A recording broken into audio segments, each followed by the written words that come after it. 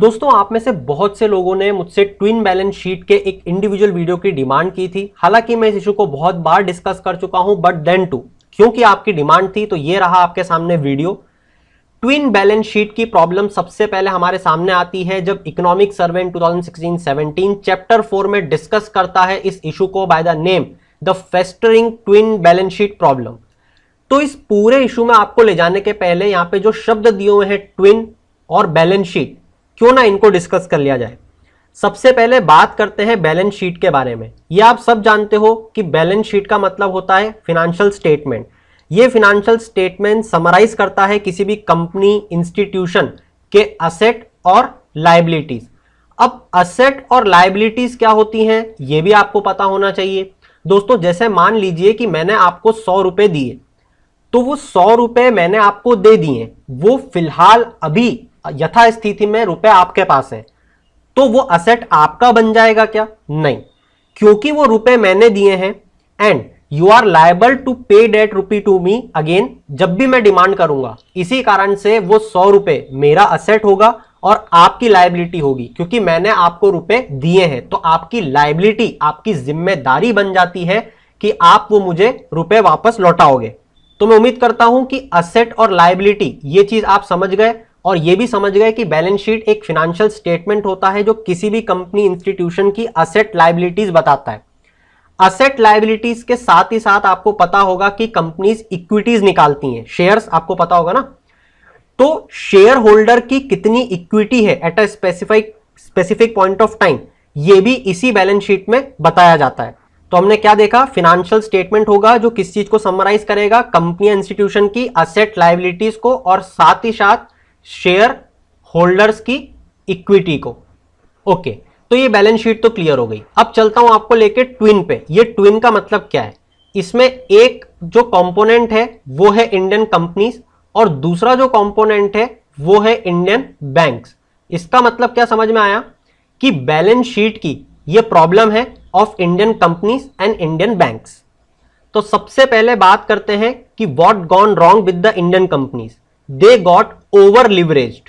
Over leverage का मतलब होता है कि उनकी जितनी क्षमता थी उससे ज्यादा उनको पैसा दे दिया गया। तो जो डेट एक्यूमुलेशन होता है, मतलब कर्ज का एक्यूमुलेशन हो जाना ऑन द कंपनी साइड, वो बहुत ज्यादा हो गया। मतलब कि अब जो उन्होंने कर्ज लिया था, जिस कारण की उनको इंटरेस्ट पेमेंट देना पड़ता था बैंक को, वो उसमें फेल होने लग गए। तो ऐसा देखा गया कि 40% कंपनीज जो थी उस समय, वो कॉर्पोरेट डेट उन पे इतनी हो गई थी कि वो उतना कमा ही नहीं पा रही थी कि वो उतना इंटरेस्ट पेमेंट दे दे। इसका मतलब क्या होगा कि इंडियन कंपनी की बैलेंस शीट खराब हो गई। दूसरा, अब इंडियन बैंक्स के साथ क्या हुआ? इंडियन बैंक्स के, क्योंकि ये कंपनीज इंटरेस्ट पेमेंट बैंक्स को नहीं दे पा रही थी, तो बैंक ने जो लोन दिया था इन कंपनीज को, वो तब्दील होने लग गया, वो कन्वर्ट होने लग गया नॉन परफॉर्मिंग असेट में। अब ये नॉन परफॉर्मिंग असेट प्राइवेट और पब्लिक के लिए अलग था, क्योंकि पब्लिक में नॉन परफॉर्मिंग असेट ज्यादा था with comparison to private bank. ये भी एक इशू है खैर अलग, मगर नॉन परफॉर्मिंग असेट बढ़ने लगा। और जैसे जैसे कंपनी प्रिंसिपल पेमेंट और इंटरेस्ट पेमेंट में देने में फेल होने लगी, वैसे वैसे बैंक्स अपने आप ट्रबल में आने लग गया। अब अगर आप में से किसी को यह सवाल है कि नॉन परफॉर्मिंग असेट की टेक्निकल डेफिनेशन तो बताओ, तो दोस्तों इसके लिए मैंने ऑलरेडी इंडिविजुअल वीडियो बना रखे हैं। ये 2-3 लेक्चर की सीरीज है शायद। आप नॉन परफॉर्मिंग असेट बुद्धि एकेडमी टाइप करोगे तो you will find that series. बहुत ही इलेबोरेट मैनर में सारे technical aspect non performing asset के मैंने उसमें क्लियर किए हुए हैं। तो उम्मीद करता हूं ट्विन बैलेंस शीट प्रॉब्लम में अभी तक आप बहुत बेहतर तरीके से समझ रहे हो कि प्रॉब्लम क्या थी, किस तरीके से बैलेंस शीट खराब हो रही थी इंडियन कंपनीज और बैंक्स की। अब सवाल यह आ रहा होगा आपके दिमाग में कि इसका ओरिजिन कैसे हुआ, यह प्रॉब्लम शुरू कैसे हुई। तो ये अगर सवाल आया है तो बहुत ही अच्छा सवाल है, तो इस पे चर्चा करते हैं। दोस्तों 2000 में क्या हुआ था कि हमारी इकोनॉमी बूम कर रही थी। क्योंकि हमारी इकोनॉमी बूम कर रही थी, मतलब कि बहुत अच्छा परफॉर्म कर रही थी, मतलब कि अपवर्ड ट्रेजेक्टरी पे मूव कर रही थी, तो इन्वेस्टमेंट जीडीपी रेशियो जो है, अब इन्वेस्टमेंट टू जीडीपी रेशियो, इसको आप कैसे पढ़ते हो ये मुझे पढ़ के बताओ। इन्वेस्टमेंट टू जीडीपी रेशियो मतलब क्या होता है कि जब आपकी जीडीपी मान लो 100 रुपए की दर से बढ़ रही है, तो आपका इन्वेस्टमेंट 5 रुपए की दर से बढ़ रहा था। अब आपकी जीडीपी मान लो 200 रुपए की दर से बढ़ रही है, तो आपका इन्वेस्टमेंट 25 रुपए की दर से बढ़ने लग गया। तो ये जो इन्वेस्टमेंट है विथ रिस्पेक्ट टू जीडीपी का बढ़ना, वो भी हमारे यहां बढ़ने लग गया।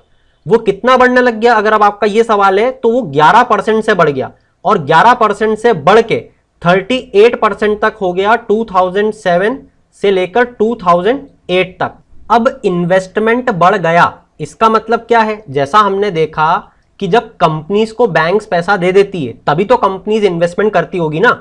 तो जब ये 38% हमारी इकोनॉमी में इन्वेस्टमेंट बढ़ गया, तो आपको नहीं लगता कि बैंक्स ने ज्यादा क्रेडिट दिया होगा? तो एग्जैक्टली यही हुआ। जो बैंक क्रेडिट था वो ऑलमोस्ट डबल हो गया। Capital inflows almost 9% of GDP तक बढ़ गए थे इस टाइम पे। क्यों? ऑफ कोर्स, क्योंकि हमारी जो इकोनॉमी है वो बूम कर रही थी। इकोनॉमी बूम कर रही थी तो लोग ज्यादा इन्वेस्ट कर रहे थे।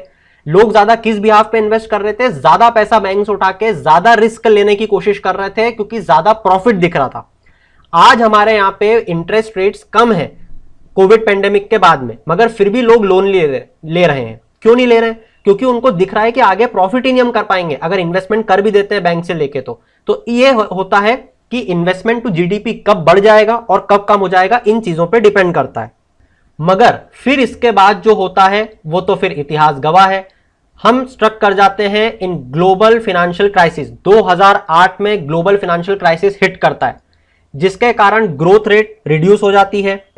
जिन कंपनीज ने जीडीपी को ऊपर उठता हुआ देख के उसमें इन्वेस्ट किया था, ये सोच के कि रेवेन्यूज बहुत अच्छे आएंगे, वो गिर जाते हैं।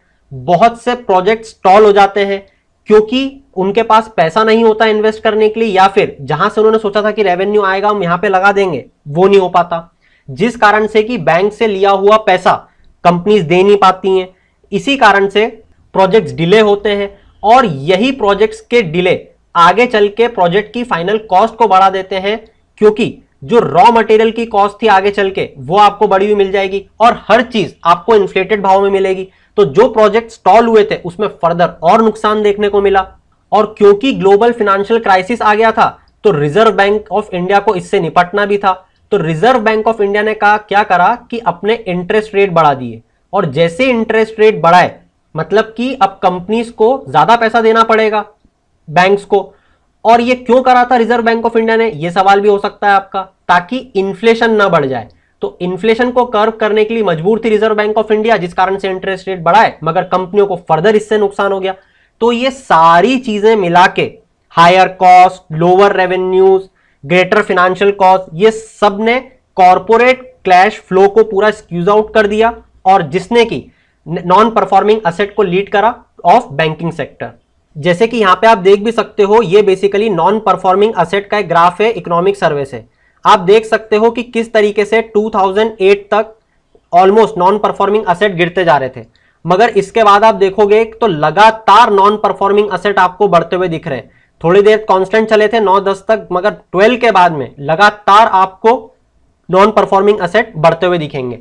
इसी के साथ साथ अगर मेरे को एक और ग्राफ आप प्लॉट करने का बोलो कि बताओ ऐसी जो स्ट्रेस्ड कंपनीज है, share of debt owned stressed companies, owned stressed companies, अगर इसकी बात करें, ऐसे डेट ऑन स्ट्रेस्ड कंपनीज का शेयर कैसे बढ़ा, तो इसका भी ग्राफ लगभग ऐसा बनता है। मतलब आप देख पा रहे हो कि दोनों की ट्रेजेक्टरी आपको अपवर्ड मूवमेंट देखने को मिल रहा है। तो ये दोस्तों ओवरऑल सिनारियो था ट्विन बैलेंस शीट प्रॉब्लम का, जिससे निपटने के लिए बहुत सारे मेजर्स लिए, जिसको हम हमारे फ्यूचर लेक्चर्स में डिस्कस करेंगे। अगर लेक्चर अच्छा लगा हो, चैनल को सब्सक्राइब जरूर करना, फ्रेंड्स के साथ जरूर शेयर करना, so that you can have a fruitful discussion on this topic. In the end, keep shining, have a good day.